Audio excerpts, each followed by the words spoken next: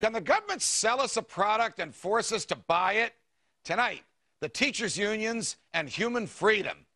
For 5 days this week, this country has been entertained, then intrigued, and now angered at the public behavior of the teachers' unions in Madison, Wisconsin. Here's the background. In 1934, when FDR and his gang of socialists began the central planning of our economy from Washington, the Congress enacted a series of laws intended to force businesses to bargain in good faith with labor unions who would represent all the workers. The same statutes also set up the National Labor Relations Board, whose members would be pro-union activists appointed by the president to hear and rule on disputes between labor and management. This was a subtle way for bureaucrats in Washington to get their noses under the tent of private businesses. Think about it. Every time there was a dispute between management and labor, the federal government would resolve the dispute. Where is the authority for that in the Constitution? Nowhere. In order to get the votes to pass this brand of incipient socialism, FDR agreed to leave the states alone. So the laws that required businesses to negotiate with labor union leaders and the laws that sent labor management disputes between businesses and labor to the NLRB simply did not apply to the states. But many states recognized labor unions anyway as the legitimate and lawful representatives of their employees. And many states caved to these unions and gave them sweetheart deals. For example, in New Jersey, long before Governor Christie, governors and legislators of both parties enacted laws that gave teachers and cops, are you ready for this? Health care benefits with no meaningful deductions and with no employee contributions from the first day on the job until the day of death. Today, in states like New Jersey and Wisconsin, governors are finally realizing the state governments simply cannot afford to pay for that. So Governor Christie in New Jersey and Governor Walker in Wisconsin have asked for legislation that would require employee contributions to pensions and health care. This doesn't take away a nickel of benefits from teachers and cops. It merely makes them pay for a portion of it, just like the rest of us do in the private sector. In Wisconsin, the teachers are furious.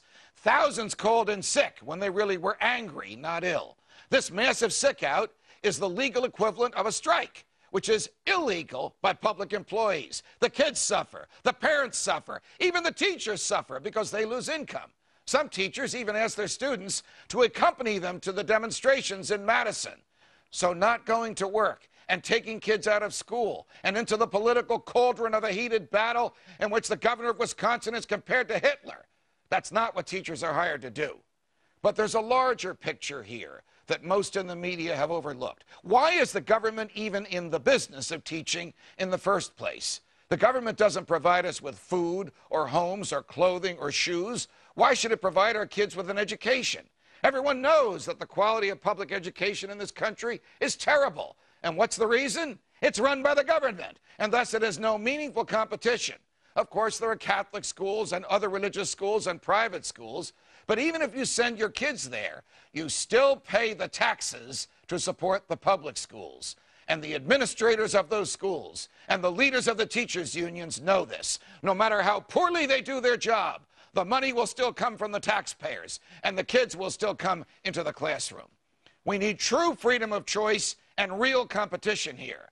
But these are two concepts that the government hates: freedom and competition. We should let all taxpayers who want to opt out of paying taxes for public schools do so, just as the government lacks the authority to force you to buy health care or to eat broccoli. It lacks the authority to force you to pay for its failing schools.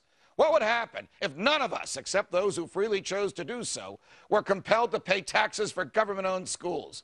You'd see for-profit schools pop up everywhere, just like cell phones and street corner emergency rooms. Competition will improve the product and lower the cost, and you will have a vast menu of schools from which to choose.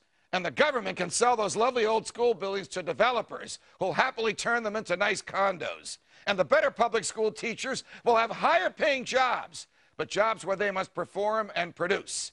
And we will all see freedom and competition, and will educate our kids far better than the government can.